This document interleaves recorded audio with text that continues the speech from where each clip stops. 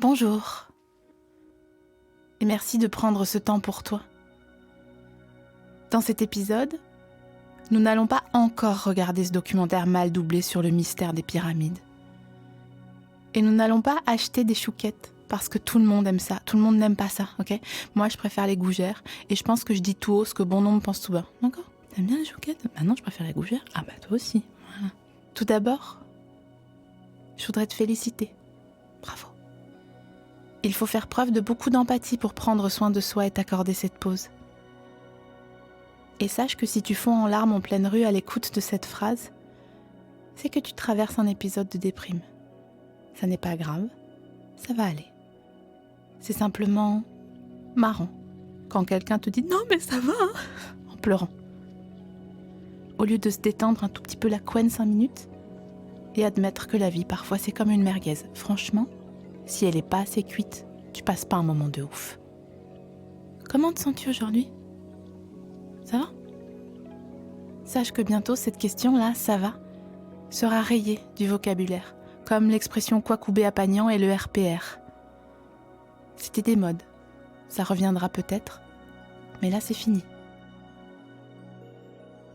En attendant ce nouveau monde, où un rhétorique ça va sert seulement de déclencheur à la discussion, on va s'accrocher ferme à notre caddie et on va souquer jusqu'à l'entrée. Tu es prêt ? J'entends rien. Tu es prêt ? Ok. Bienvenue dans À la recherche du temps à la catalane, le premier podcast de méditation de la France qui n'ose pas acheter le sticker mural « La bonne humeur, c'est le début du bonheur », mais qui serait pas contre un tout petit peu de premier degré dans sa vie de temps en temps, juste pour souffler 2 minutes.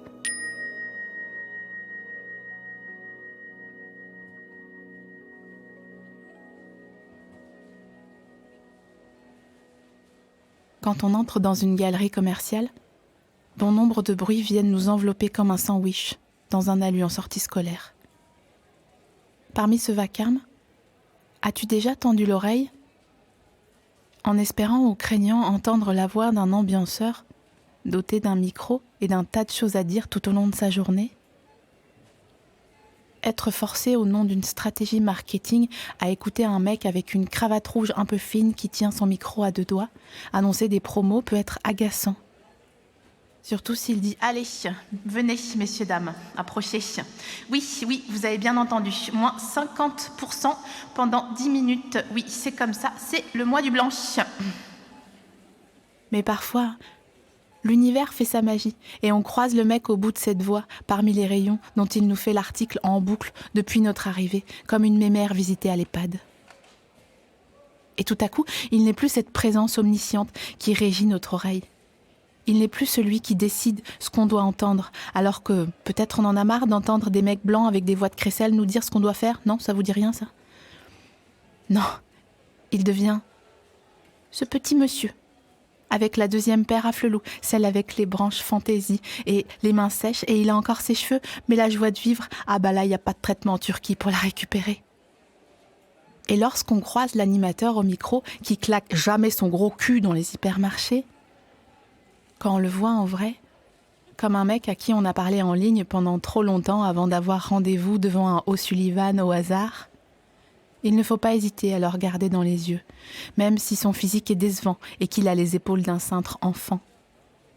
Parce que la plupart des membres de sa famille sont sûrs qu'il vit la grande vie au travail, avec des patricias qui viennent lui rigoler dans les oreilles et lui serrer l'avant-bras. Mais à la base, lui, il a fait les cours Florent, et quand il répétait Hamlet, pieds nus avec une écharpe fine sur les planches de son école à 5000 balles par an, il ne pensait pas que le crachoir, il le tiendrait, oh ça oui, mais pas pour qu'on achète des parures de lit pendant le mois du blanche. La méditation sert à trouver en soi l'humilité nécessaire pour faire entrer la lumière. De la même manière qu'il nous arrive de chercher l'interrupteur la nuit quand on va faire pipi dans des endroits, mais alors rien à voir avec la choucroute, trouve l'interrupteur de la méditation en toi, où qu'il soit. T'as capté ? Et si tu ne sens pas de lumière te traverser, essaye de dévisser l'ampoule. Écoute s'il y a un petit bruit quand tu secoues. C'est peut-être juste qu'elle est foutue. Et si tu dois racheter l'ampoule de lumière en toi et que ça te panique, dis-toi que pour te récompenser d'avoir traîné dans le rayon assez rêche des luminaires, il faut en convenir, où la seule distraction, c'est vrai, c'est à culot ou à vis.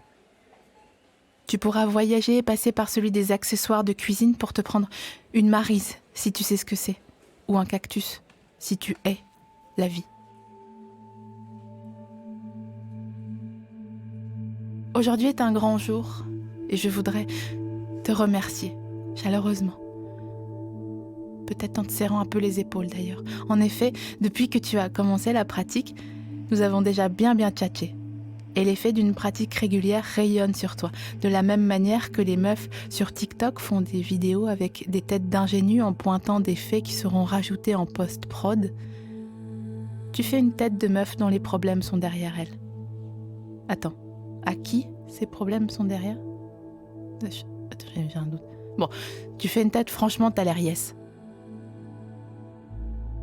Même si c'est extrêmement énervant, les gens que t'as pas vus depuis longtemps et qui disent « Ça fait plaisir, hein, t'as l'air d'aller mieux », moi, ça me donne envie de refaire une dep juste pour les faire chier. Mais j'avoue, je suis un peu soupe au lait. Je suis fière de toi, même si je n'en fais pas cas. Comme un parent dont l'enfant s'est endormi après des heures de pleurs de décharge ne va pas se mettre à hurler « Fougi, Fougi » dans sa chambre. Ça serait complètement con, mais le fait qu'on déambule actuellement dans l'antre de la consommation, que Télérama appelle la France moche depuis 2001, me fait vraiment, mais alors vraiment très chaud au cœur.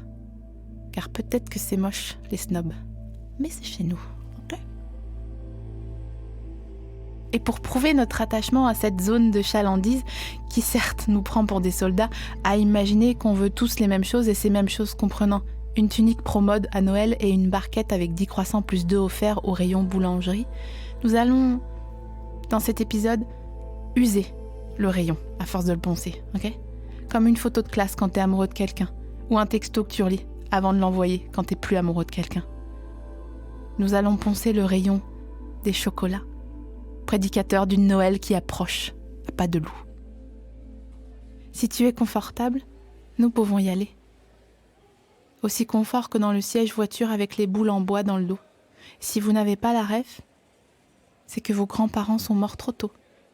L'origine de l'anxiété semble être le besoin de vouloir tout contrôler. C'est impossible de tout contrôler, car il faut d'abord ranger. On va donc le faire rayon par rayon. Rangeons ce que l'on ressent. Alors oui, installe-toi bien et prévois un petit peu de temps devant toi, parce que tout ranger ce qu'on ressent, je vais pas te mentir, ça va prendre un petit peu de temps. Commençons au hasard. Papillote de Noël. 2 points. De mémoire humaine, ça n'a jamais été vraiment satisfaisant. Sauf en cas de crise de boulimie. Les papillotes me font penser à ces hommes qu'on a cru aimer en retour au simple motif que eux étaient pris de nous. L'attachement de quelqu'un à votre égard n'est pas une raison suffisante pour faire sa vie avec cette personne. Faites-moi confiance, j'ai testé, ça ne marche pas. Ça fait grossir car on s'ennuie et ça fait prendre des antidépresseurs.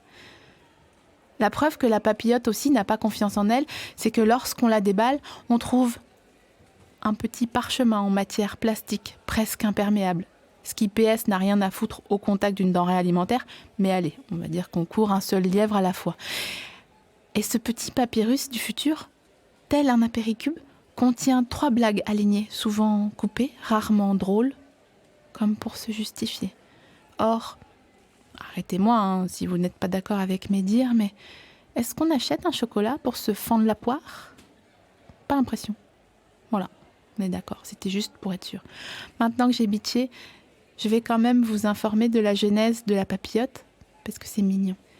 Il s'avère que c'est un petit poulpeau lyonnais du 19e siècle, qui en plus d'être confiseur, était amoureux d'une gonzesse qui travaillait l'étage au-dessus de sa boutique. Et du coup, il lui envoyait des chocolats dans lesquels étaient renformés des mots doux.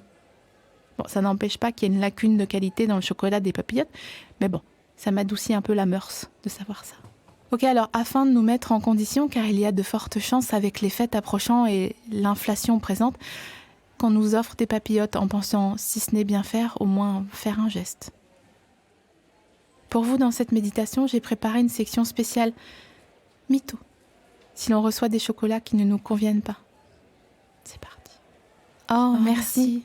Mais c'est dingue. Ça faisait vraiment longtemps que j'avais pas mangé de papillotes. Alors là, tu vas faire une heureuse. C'est Marion qui adore ça. Tu savais ? Moi ? Ah, moi ? Ah oui, moi j'aime beaucoup. Ah oui, moi j'aime beaucoup. Zaya, la meuf. Enfin, avec mon métier, je boulotte les chocolats, mais c'est surtout pour avoir les blagues. Mais vraiment, c'est adorable. Oui, bah oui. Marrant, pas mal. Par contre, ne dites jamais « il fallait pas ». C'est vraiment trop cramé que ça vous fait chier de les ramener à la maison. Ça me fait penser au prétendant de L'amour est dans le pré qui a ramené un bébé chèvre à une candidate éleveuse de chèvres. Elle lui a dit « fallait pas MDR au sol ». Ok, les papillotes, on les a rhabillées. Ensuite, continuons. Et si tu veux, concentrons-nous pour nous donner un repère sur les carreaux de sol beige, joint noir que tu as sous tes pieds. Regarde-les bien et avançons en fonction d'eux. Mets un pied dans un des carreaux, quitte à être sur la pointe des pieds si tu as des grands panards. Compte 1, 2, 3, 4 et avance bien au centre du carrelage sans toucher le joint. Et quand tu as avancé 1, 2, 3, 4, là seulement, on disait que tu avais le droit de lever la tête pour voir quel chocolat était en face de toi pour l'analyser. C'est bon ? Et au fait, au final, quelqu'un sait comment on dit Jean Dujardin ? Non, hein ? C'est quand même con de ne pas pouvoir en demander au chocolatier simplement parce qu'on ne sait pas le dire. Il faudrait... Non mais pas toi tu sors pas d'ici. Mais il faudrait aller frapper chez un chocolatier humble, genre un Jeff de Bruges, qui n'a pas toujours été humble. Je tiens à le signaler, parce que dans les années 2000, Jeff de Bruges nous regardait, nous, ville mortelle, comme des gros pécores. Et c'est certainement à cause de ça que personne n'a jamais osé demander comment on disait Jean Dujardin, et que maintenant on a l'air bien con. Parce que je suis à peu près sûre que vu leur pédance à l'époque, ils auraient organisé une ronde autour du client qui demandait ça, pour l'humilier, lors d'un battle de juste debout, mais sans l'aspect juste debout. Juste avec le principe d'humilier quelqu'un qu'on a mis au centre d'un cercle. Jean Dujardin. Bon bref, nous verrons ça plus tard. Car la méditation, bénie soit-elle, n'empêche pas qu'on garde un chien de sa chienne aux gens qui se la sont racontés dans les années 2000. Et c'est valable aussi pour Abercrombie et Fitch. Revenons à nos totoches. Pareil, un autre principe qu'on a subi dans les années 90 et qui a dû nous apprendre l'humilité. Bref. Nous allons utiliser ce jeu-là, avancer carrelage par carrelage, qui est simplement un mécanisme de défense de personnes anxieuses, pour respirer. Tu inspires sur 4 pendant que tu avances. Attention, je le rappelle, sans toucher le joint noir. On disait que le joint noir, c'était la bave d'un de tes ex. 3, 4. Et tu expires sur 4 avant de tomber sur un débat qui pour moi n'en est pas un, le Ferrero Rocher. Alors, le Ferrero Rocher, je comprends, hein, l'opération séduction, mais de nos jours où l'information circule, quand on sait qu'il n'y a plus une noisette dans le monde qui n'est pas préemptée par la marque, ça met personne mal à l'aise. Donc les réceptions de l'ambassadeur, là, où on nous présente quand même un chocolat sur un plateau, comme si chaque gaufrette renfermait la technologie d'un Intel Pentium, c'est un tout petit peu malvenu. Surtout quand nous, on paye un litre de gasoil 2 € pièce. Peut-être revoyez votre copie, les Ferrero, emballez-les moins, pour commencer. De nos jours, avec tous les froufrous qu'il y a autour d'un seul Ferrero, les meufs de l'upcycling, là, les jeunes, je suis sûre qu'elles peuvent faire 2 robes. Nous allons faire le même exercice que précédemment pour les papillotes et entamer un chemin de gratitude envers la personne qui nous a offert cet immonde Ferrero dans le respect et la méditation. Allez go, chauffe Marcel. Mais non, des Ferrero, waouh. Eh ben oui, bien sûr, la pub de réception de l'ambassadeur. Monsieur, avec Ferrero Rocher, vous nous avez vraiment gâtés, top. Non, j'y arrive pas, désolée. Je vais même vous faire une confidence. Pour moi, dans le parc du chocolat de Noël, je vous parle des abordables. Je mets ni les Lindt, ni les célébrations, ni les Quality Street, ok ? Eh bien, et là j'ouvre mon cœur, j'ouvre mon chakra central qui est rouge. Pour moi, dans les chocolats de Noël, on ne garde que les Raffaello. Et tout le reste, ça dégage. Les Mon Chéri, les bandeurs d'attention là. Quoi, t'aimes pas les Mon Chéri ? Bah non, j'aime pas les Mon Chéri. Les After Eight, pareil, c'est non. C'est des cochons. Tous là, c'est des chocolats qui sont faits par ta famille pour que t'aies de quoi boulotter quelque chose après les avoir quittés dans le train quand tu fais une crise d'anxiété. C'est tout. Le Raffaello, lui... Oh, je suis émue. C'est un chocolat tellement smart Je suis sûre que même dans les pires fictions dystopiques, par exemple La Servante écarlate, elles en troquent Bless Be the Fruit contre des informations ou des minutes de liberté où elles peuvent faire ce qu'elles veulent, écouter même les bébés brunes, puisque, suivant toute logique, ça doit être interdit dans ce monde-là. Déjà que c'est pas ouf chez nous. Incroyable, le temps passe vite quand on s'amuse. La méditation touche à sa fin. Je te remercie de l'avoir suivi. Sache qu'un espace de débat sur cette liste de chocolat sera ouvert au centre du forum mardi de 18h à 19h. Je sais que ce sont des sujets qui divisent et qui ne reposent sur rien d'autre que des bons ou des mauvais souvenirs. En tous les cas, je te félicite d'avoir suivi cette pratique. Et si c'était ton objectif, j'espère que tu dors déjà. Et que cette fin de méditation t'apparaît comme un rêve dans ton sommeil paradoxal, sans forcément que tu sois dans le train en train de rentrer de Noël en pleurant et avec des after eight plein la bouche. Ah merci, fallait pas. Faut pas dire fallait pas en fait. Je comprends pas. Fallait pas. Ben, ne viens pas. Non? C'est moi? Je sais pas. Bref. À la semaine prochaine. T'es belle dans tes